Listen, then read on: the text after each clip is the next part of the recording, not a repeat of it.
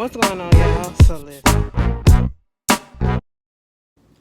What's going on, y'all? So listen, okay. You got the glare from the blinds in the window. Let me just tell y'all something. It was raining all freaking day. As you can see, I had a hair appointment. Okay, I had a hair appointment at 2 o'clock. By the time I left out of here, it was still raining, like torrential rain. Okay. By the time I got into the place, it kind of slowed up, but it was still dark as hell and it was still raining. By the time I got out that bitch, baby, it's bright as day. Okay. It's brighter than it was yesterday. Mind you, right about now, it's almost 5 o'clock in the evening. So I'm just a little confused. I don't understand why it's still kind of warm outside, as warm as it is, because fall is about to show up. August is over. So if this bothers you, I don't know what to tell you, girl. But I'm just trying to go ahead and get these videos out because I know some of y'all probably was waiting to see what happened yesterday. Listen, yesterday I tried to watch it. I don't have my DirecTV, my cable set up yet, but I still can see it on my phone or whatever. And that just didn't work the way that I thought it was going to work. I recorded half of it and I missed the rest of the episode. And I wasn't finna stay up doing all that shit. But hey, it is what it is. But bitch, let me tell y'all this. I know y'all like, girl, get on with it. Girl, I went to the shop. Beyonce really is that girl. I don't know what she put up in this album, and I don't give a damn if you don't like it, but baby, me and my people, we do. I was not expecting for my stylist to be up in there listening to Renaissance. And I mean, he a hood nigga, okay? He a hood nigga. I wanted to say, do you know what some of these songs talking about that you singing word for word? It probably really don't matter, but we was in there living, okay? So, hey, it is what it is. Moving on from there, let's just get up into the episode. This is The Real Housewives of Atlanta, season 14, episode 16. It's expensive to be she. I need Sheree to stop fucking playing with us. I really do need her to stop playing with us, okay? Because it's not going to happen. It's never going to happen. It's coming in 2000 and February, okay? 2000 and never teen, all right? 2020 never. It's just, it was a nice idea, poorly executed, and I don't know. This is bothering me because the other day when I was recording, it was not doing this, but we'll make do. I apologize in advance. But anyway, we get into the episode and we see, Lil Ace is getting into acting. So Candy is taking him to an acting coach. That was really cute. I got peanut butter stuck to the roof of my mouth and it tastes so good. It reminded me of this movie called Eulogy, when one of the grown ass kids that was on there used to be a child star, was only in literally one thing, and that was one of the things that they said, talking about the peanut butter stuck to my tongue, to the root of my tongue, all that shit. That was cute. Then we get, Marlo. Marlo is about to have her nephews come home, okay? Marlo is acting like she misses them, which most likely she probably does. I'm not going to deny that. But at the same time, she's on the phone with her sister and basically doing and saying all of the stuff that we already been saying. Here's my thing, okay? I might turn the light on in here and see if it'll take the glare off, the shadow off. But here's my thing, y'all. You take the boys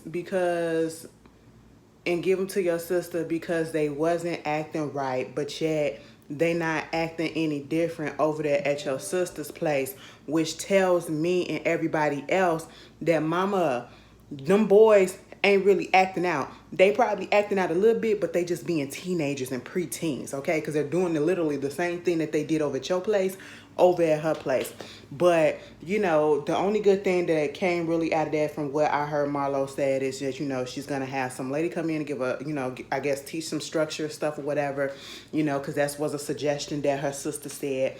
And also that she's going to take them all to go to therapy, which is what I've been saying and a lot of us been saying, and that should have been told to her in the beginning once she got those kids to, try to look into getting them to some therapy or whatever, because they got issues that's probably going on, especially after that phone call with their mother, So that's a good look. Marlo on a good track. I ain't got nothing bad to say about that. Moving on from that. Drew had her little surgery on her Achilles, boo, because, we just broke ankle, broke foot niggas out here today, all right? The way she was laid up on that bed, on that couch, and she couldn't feel nothing, mama was still high. Okay, she was still high. She was on some powerful medications. That's literally how I was. So I was like, oh bitch, we can relate, we can relate. She said she had to go get surgery on that Achilles, and what wound up happening is the reason why it tore was basically because it had got weakened. It was overcompensating for the right ankle. Was it the right or the left foot? Whichever, the opposite foot that had got fucked up before, that she had to have surgery on that one. So it was overcompensating and it just gave out. And so now, basically they rebuilt both of them, and so she should be good as new. So while she's sitting there, she talking to Ralph, and he trying to make sure she's okay. And, she's very apologetic about the fact that, they went to Jamaica and they couldn't really have as much fun in Jamaica as they always wanted to because she got injured. But then Sheree comes over, and not only does Sheree come over, Sonya come over. I said, what is going on right about now? Because I was a little bit confused. Because I said, don't y'all dislike each other or whatever, or y'all got issues with each other? Bitch, Jamaica done fixed all of that. All it took was for, for the time being. Because I don't know if y'all saw last night what was going on Twitter between Sheree and Drew. A goddamn mess. It reminded me of Heavenly and Contessa on Married to Medicine. We'll get into that shit in the next review, okay?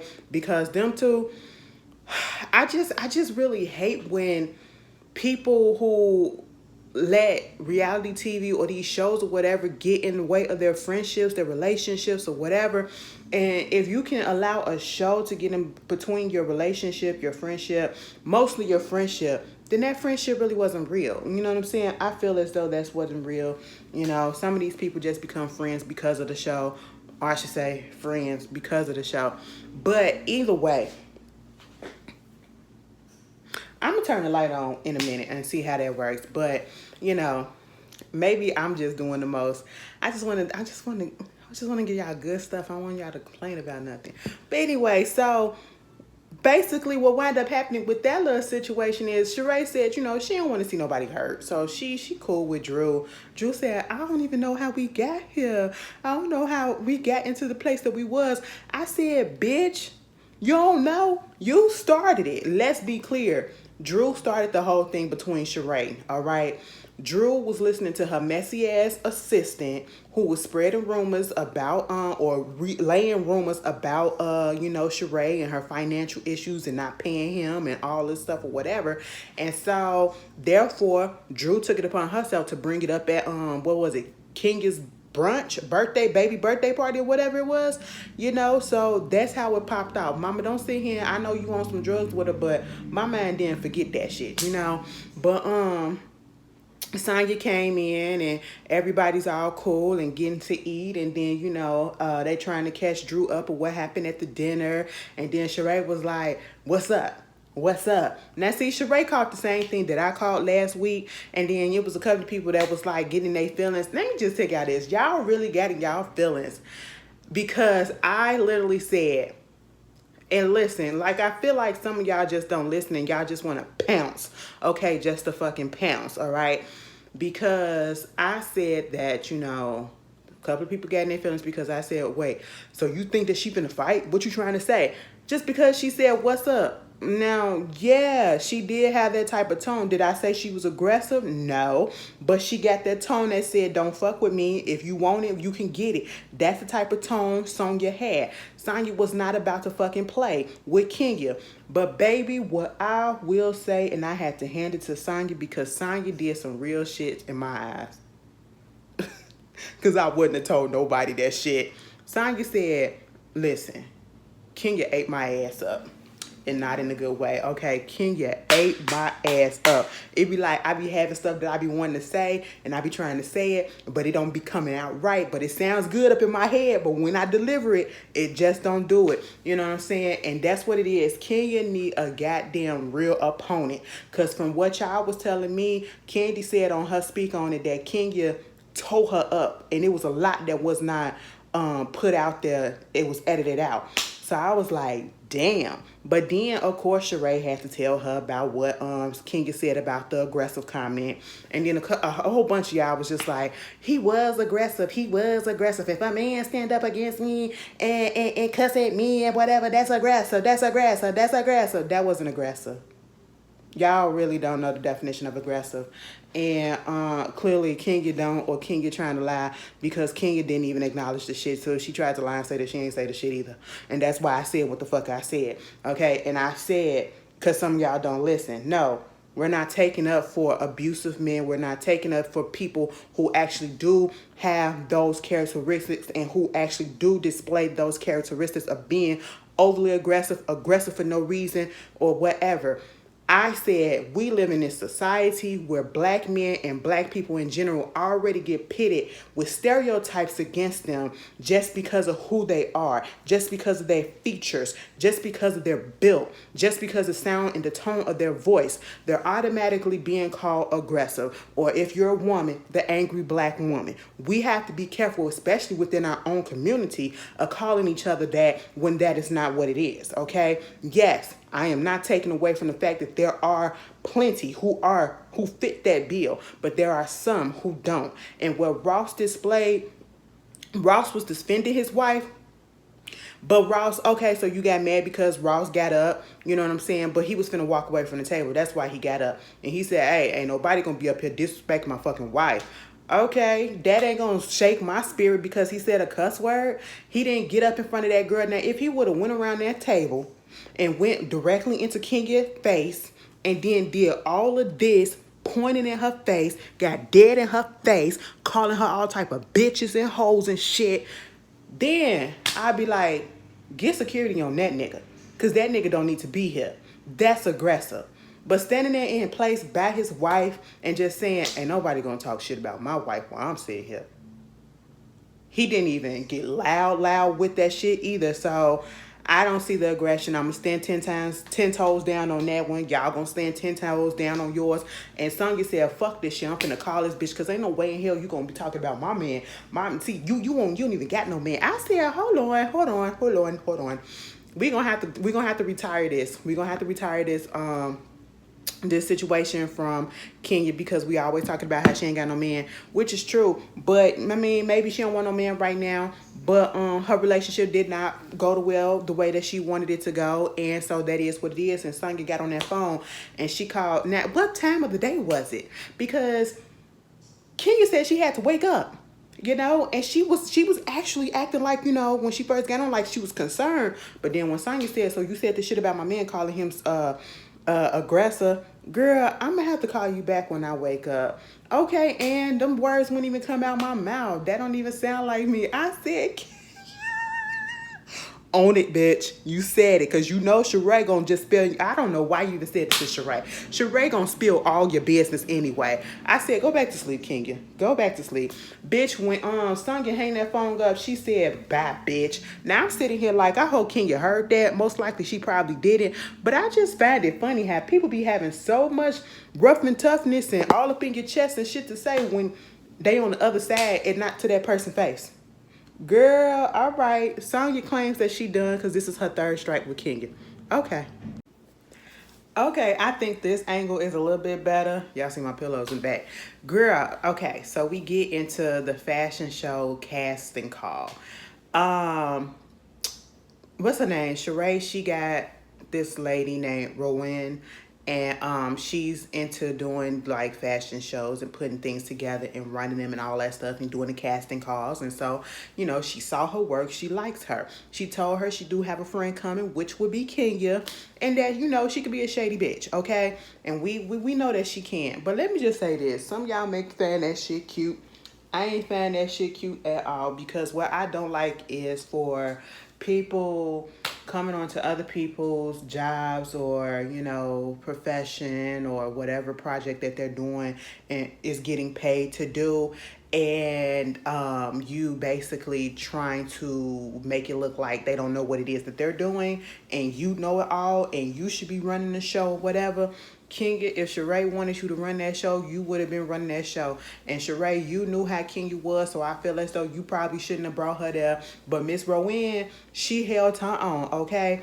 Because first of all, Miss Girl come up in there, and it was starting with the casting call. You know, she was like, we need more models and all this stuff. And she was like, well, we just wanted to keep this a secret, a little, you know, close to the vest type of casting call, per Sheree's wishes. And she was like, well, how people gonna be out here and know if it's not being put out there to the public or whatever? She was like, well, I'm doing what Sheree doing. That's what she doing. She following instructions, okay? You can't get mad at the woman for that. You know, then it gets to the way that the people were walking in. The models were supposed to be walking. I guess it's the opposite way from what Kenya is used to. And so Rowan, she was like, this is how I always run my shows. This is what I do. And so therefore, that's what's going to happen. Now, they went back and forth for a second, and then Rowan just gave in because she was just like, you know what? Whatever makes you happy. Okay? If that's what you want, that's what you want. Fine. And you know what pissed me off about this whole situation? It was Sheree. Because Sheree, you see this lady you're paying her, right? You're paying for her time, and you want her service. But yet you are not reeling in your friend from being disrespectful as hell to her. Because if I was Miss Girl, I would have got up and just left. I would have said, bitch, you do it. Okay? Since you got all the fucking suggestions, bitch, you do it. And so we get to the actual models, and the models are a little bit shorter than they thought, like 5'6" and under, but some of them really good. One girl, you know, Kenya wanted her information on the photo. Rowan said, I have all the information already. This is how I work. Put your information on the photo because that's how I work. I said, Kenya, this ain't about you. You know, and at one point... They said something about models, and then Rowan was like, well, you would have to need real models, a budget for real models to do some stuff like that. And then Sheree was like, well, Rowan, what's the budget? And she was like $250 to $500 dollars per model. And she was like, you know, models from actual agencies that's out here in Atlanta. Okay. And then Sheree was basically feeling like she ain't had time to do it. She done missed the mark or whatever. She done spent too much money. She said she done spent $1 million already on this thing. I said, for what? Stop lying. For what, girl? $1 million on who? $1 million in Monopoly bucks? What? $1 million in poker? What, girl? I was confused. But anyway, you know, I get that Kenya was just trying to be supportive, but Kenya was just doing too much for me, you know, especially towards the end. They was talking, and I forgot what was going back and forth between Rowan and her, but Rowan was like, whatever makes you happy. She was like, yeah, it does. And then Rowan was like, confetti. When she said confetti, I lost it. And it's because Rowan did not give her what she wanted. Like, she didn't give her that animated back and forth whatever. She just stayed very even keeled and cool. Like, I'm finna keep this professional. You're not finna get me out my pocket. So that's just what it is. You know, I just need Sheree. I want to have hope. I want to support black businesses. I want to support my black people. But when is enough is enough. You're wasting all of our times at this point. I'm just saying. So then we get this photo shoot that Ralph is doing for his book. And, of course, I got Drew there. Got Drew's mother there. And, you know, we get back into this whole situation about, first of all, Drew still ain't read the book. But he including her more according to her. Baby, I mean, if you want her to do the forward, Ralph, let her read the book. What are you trying to hide? Okay, I agree with everybody who said let the lady read the book. Okay, but also, you know, her mother is there, and of course the book is about step parenting and all that, the woes and the goods and bad and all that stuff, whatever, the highs and the lows. And so, you know, we get onto the whole topic again about this adoption of Josiah, and you know, how the mother was surprised by him not doing it. Ralph has already given his reasoning. And, excuse me, first of all, I commend Ralph for actually asking the dad or talking to the father and giving him a chance to actually step up to the plate to be a father. That is what Ralph is doing in my eyes. Y'all may see it differently. Y'all may see it some, conniving stuff or whatever, malicious stuff behind it, but I don't, because we see that Josiah is clearly comfortable with him. We saw him earlier calling him dad, and Ralph, okay with it or whatever. So it's fine. But at the same time, he wanted to adopt him. He just didn't want to, he talked to the dad. And the dad was like, I understand, but I still want to, be a father and get a chance to be a father and all that stuff or whatever. I see absolutely nothing wrong with him respecting the father's wishes, because at the end of the day, in order for him to legally adopt, regardless of if Drew wants him to adopt her son, regardless of if his grandmother wants him to be adopted by Ralph, the courts would have to do it, because either they would have to snatch his rights away or he would have to hand them over. You know what I'm saying? So it's just not just that much of an easy process as if you don't have somebody that's in your life, in your child's life. Maybe he's not as active as he could be. Maybe he's trying. I don't know the situation, but at this point, can we just put that to the side for a moment, because it's not about to happen. And like he said, if Josiah comes to him and say, I want me to adopt you, want you to adopt me, then that's what he'll do. I just don't understand what is the big deal. I mean, I get it, but I don't understand why they keep dragging it out. That's what I'm trying to say. Why are y'all dragging this out? Legally, he can't do nothing. Moving on from that, Marlo and her nephews, they're back reunited, and it feels so good to them. They're glad to be back up in a spacious place where they ain't got to share stuff with everybody. That's probably the only real lesson that they could have learned. I'm pretty sure they did miss Marlo, but they probably missed the fact that they got their own bed. They got their own showers. They don't have to wait for this, wait for that, because I'm pretty sure that place where they was at, Marlo's sister's house, was crowded. 2-bedroom, 4, 6, 8 people. You know what I'm saying? So that's just a lot. And so, excuse me. She had got them tutors and, telling them even if you don't have homework, you still have homework, reading books and stuff. And, saying that one of the boys said that, they understood why she did this because they need structure and all that stuff. I said, did he really say that? All right, Marlo. Marlo trying, so I ain't finna come down on her ass. She seemed happy enough, so it's a good look that the boys back in the house and everybody's on a good page. That's it.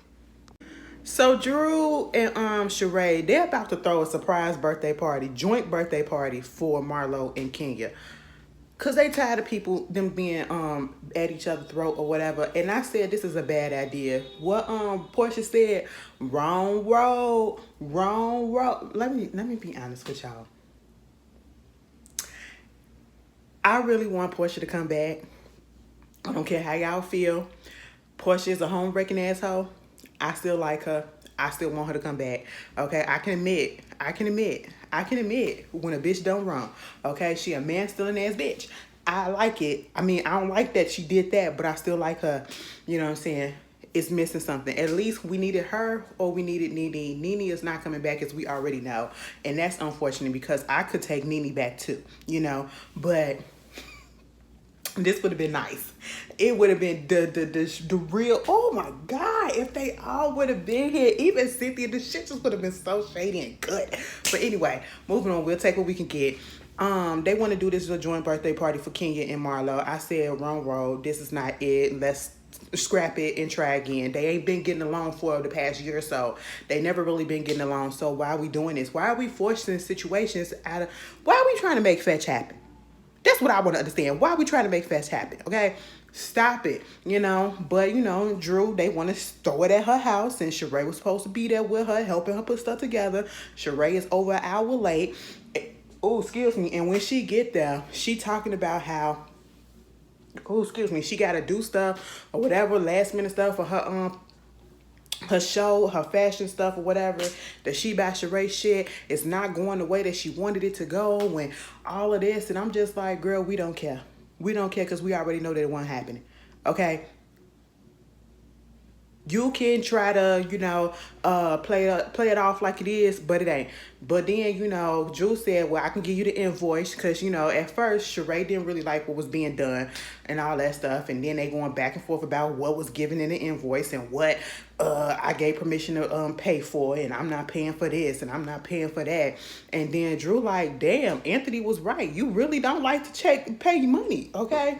And it's understandable, but damn, bitch, if you said that we gonna go in on it and we gonna throw this together, then we both gonna pay for this shit. That's just what it is. No matter who bitch, we both gonna pay for this shit, okay? Because it's supposed to be a joint effort. Meanwhile, they got Marlo's friends coming up from Florida. They got Kenya's cousin coming.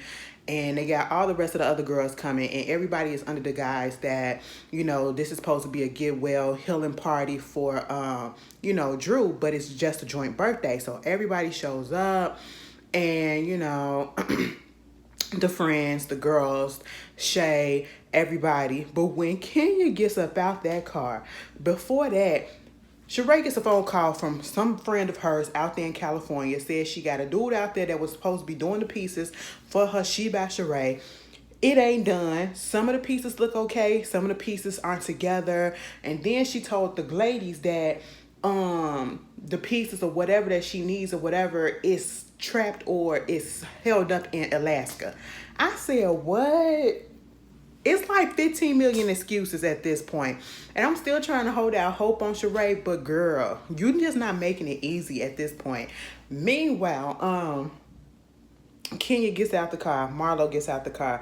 Kenya said, why can I never escape this beast? I said, ma'am, stop that, okay?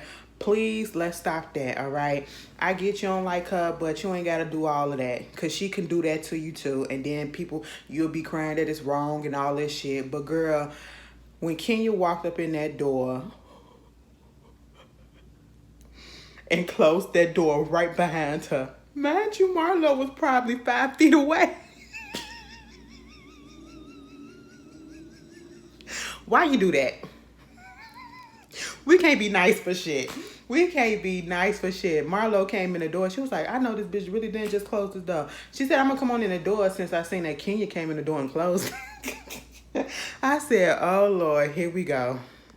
So, the party has started and they told, everybody saying, surprise to Kenya and Marlo.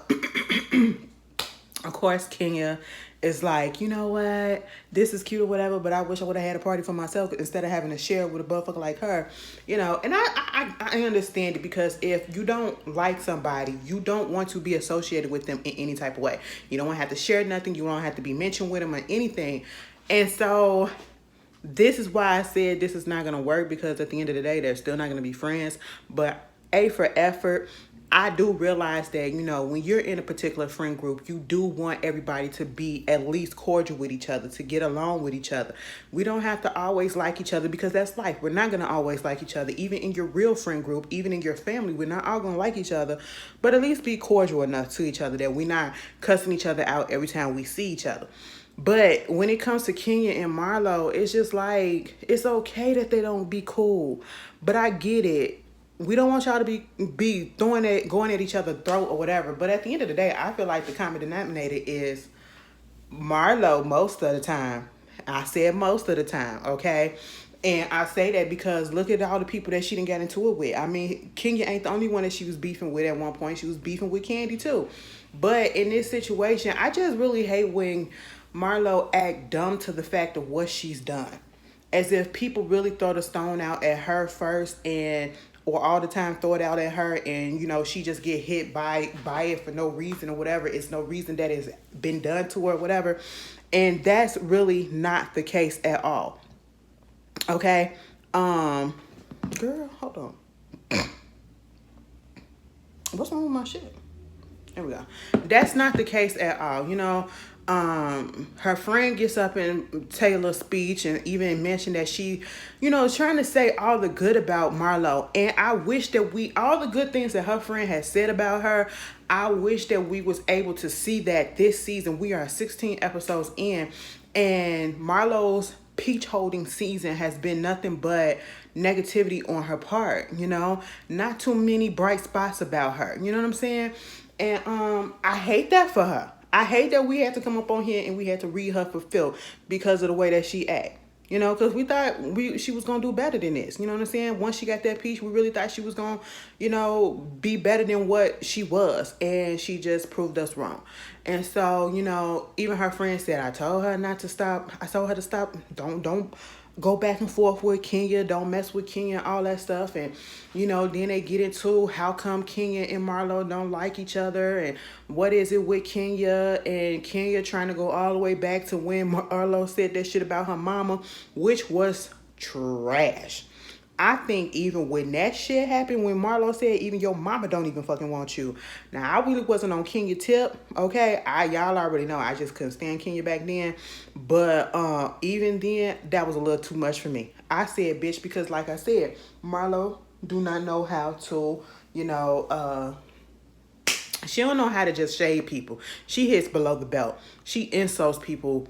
And I get it. But then if you're going to do that, you insult people and you hit below the belt with people that you don't give a fuck about, you don't plan on trying to be cool with, and you're really trying to hurt them and you trying to put a nail in that coffin. You don't hit below the belt and give out those grave insults when you're trying and then want to try and be cool with them and wonder how come they don't want to kick it with you no more.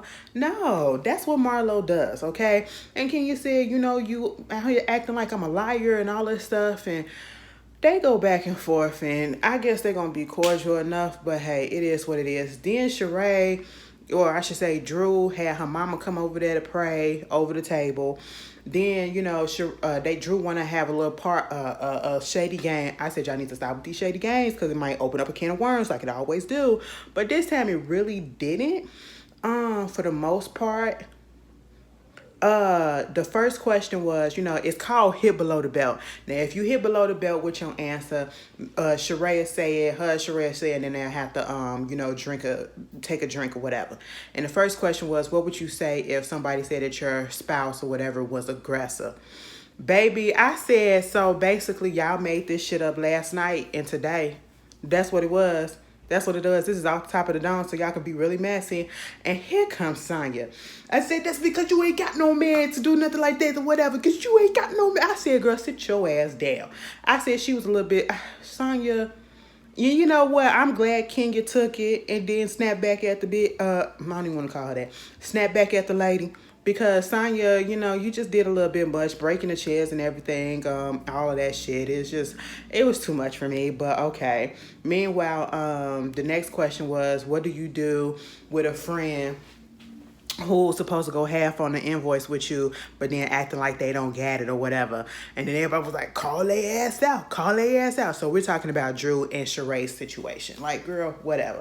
Meanwhile, Sheree wants to hand out invitations to her She By No Sheree fashion show. And it's cute, whatever, Barbie doll clothes and all that stuff. And I was just like, wow, is this how it's going to look? Girl, they said, so this how the pieces is? She was like, nah, I ain't got none of the pieces. She ain't got none of the pieces. She invited 100 people or so. And the fashion show is in a week, and she said that the pieces are held up in Alaska, and most of the shit ain't even done.